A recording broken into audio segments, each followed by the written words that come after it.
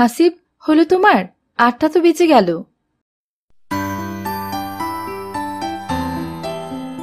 হ্যাঁ মা, আমি রেডি। আমাকে তাড়াতাড়ি স্কুলে যেতে হবে, তা না হলে সামনের বেঞ্চে বসতে পারবো না। ঠিক আছে, যাও। বাবা হাসিব, স্কুলে মন দিয়ে পড়াশোনা করবে, কারো সাথে দুষ্টুমি করবে না। ঠিক আছে আম্মুজি, আল্লাহ হাফিজ।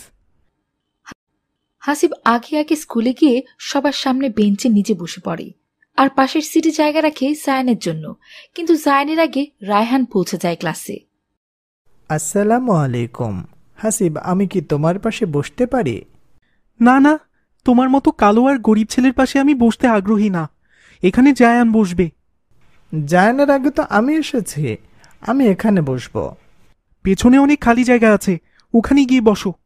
তুমি এটা ঠিক করলে না হাসিব। কোনটা ঠিক আর কোনটা বেঠিক আমাকে শেখাতে এসো না। ওই তো জায়ান চলে এসেছে। জায়ান, এখানে বসো। আজও আমি তোমার জন্য জায়গা রেখেছি। ধন্যবাদ তোমাকে। রায়হান এখানে বসতে চেয়েছিল, ওকে অপমান করে পিছনে পাঠিয়ে দিয়েছি। ঠিক করেছ, ওর মতো কালো আর খ্যাত ছেলের সাথে কি আমাদের যায়? ঠিক বলেছ।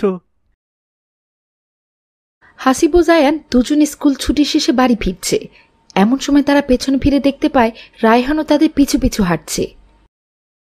জায়ান, দেখ, মুখ পোড়া কালো ছেলেটা আবার আমাদের পিছু নিয়েছে। কে? কার কথা বলছো? আমাদের ক্লাসে তো নিগ্রোর মতো কালো একটাই ছেলে আছে। ও, রায়হান। আমরা যে রাস্তা দিয়ে হাঁটবো, ওর কি ওই রাস্তা দিয়ে হাঁটতে হবে? চলো, ওকে একটু নাজেহাল করে আসি। কি রে কালাচান, আমাদের ছাড়া কি তুই চলতে পারিস না? তোমরা আমার সাথে এভাবে কথা বলছো কেন? আর এই রাস্তা তো কারোর বাপের বা কেনা রাস্তা না। আমার বাড়িও এই রাস্তা দিয়ে যেতে হয়, তাই এই রাস্তা দিয়ে যাচ্ছি। তোমাদের সমস্যা হলে তোমরা অন্য রাস্তা দিয়ে যাও। কি? যত বড় মুখ না তত বড় কথা। আজকে তোর রেহাই নেই।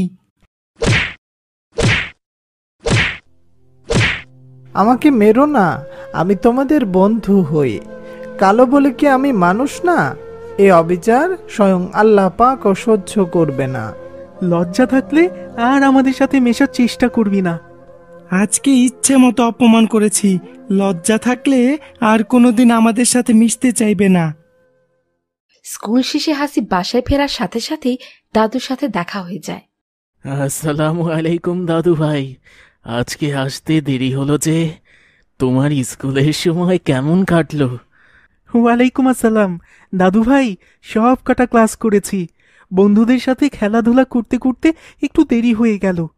যাও, রুমে গিয়ে ফ্রেশ হয়ে রেস্ট নিয়ে দুপুরের খাবারটা সেরে ফেলো। ঠিক আছে দাদু ভাই।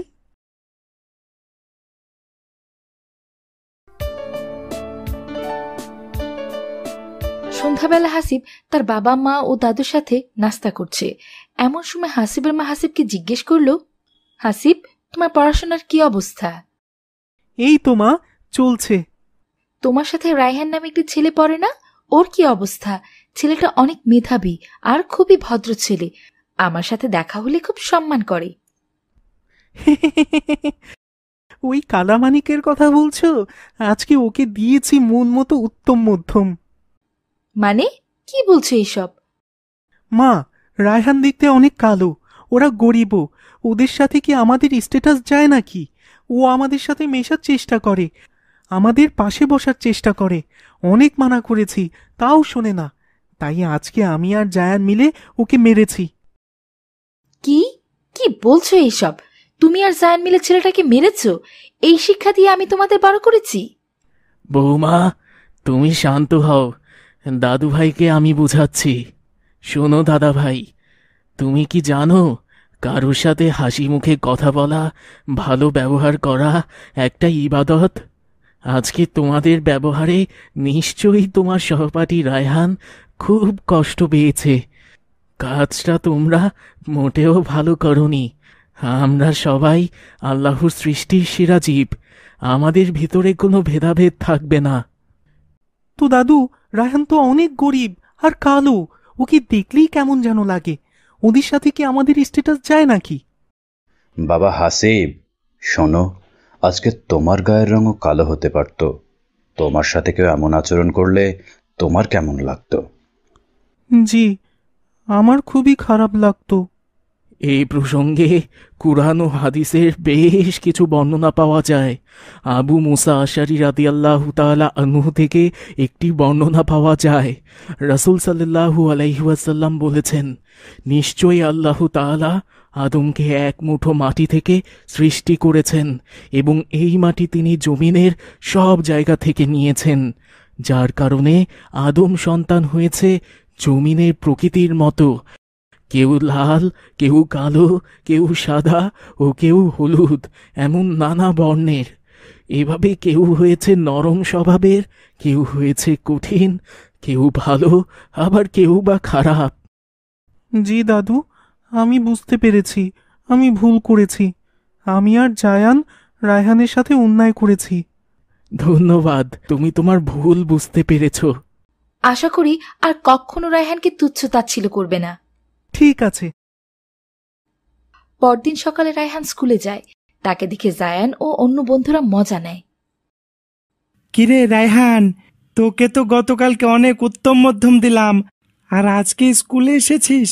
তোর দম আছে রে, মানতে হবে। শোনো জায়ান, আমার পেছনে লাগতে এসো না তোমরা। কি করবি তুই? আমি প্রিন্সিপাল স্যারকে সব বলে দেব। যা যা, তোর সাহস থাকলে নালিশ করে আয়। স্কুল ছুটির পর হাসিব ও জায়ান রাস্তা দিয়ে হাঁটছে।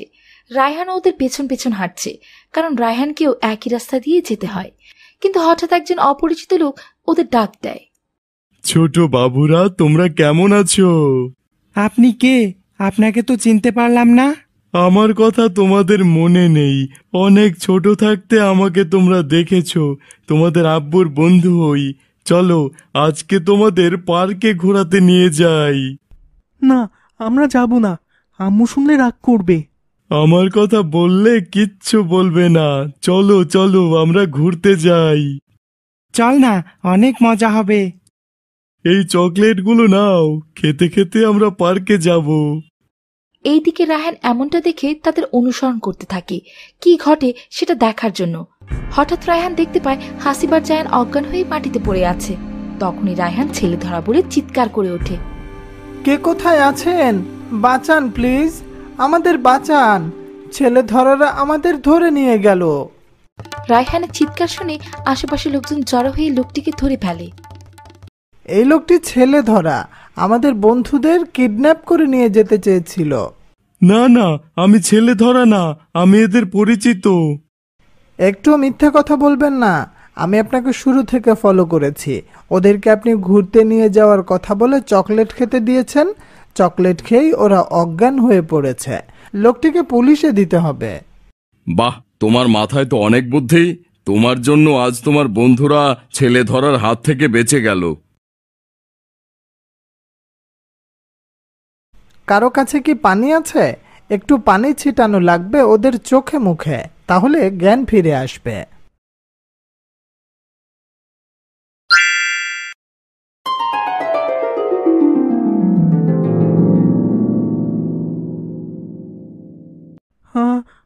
আমি কোথায়? তুমি এখন বাসায় নিরাপদে আছো।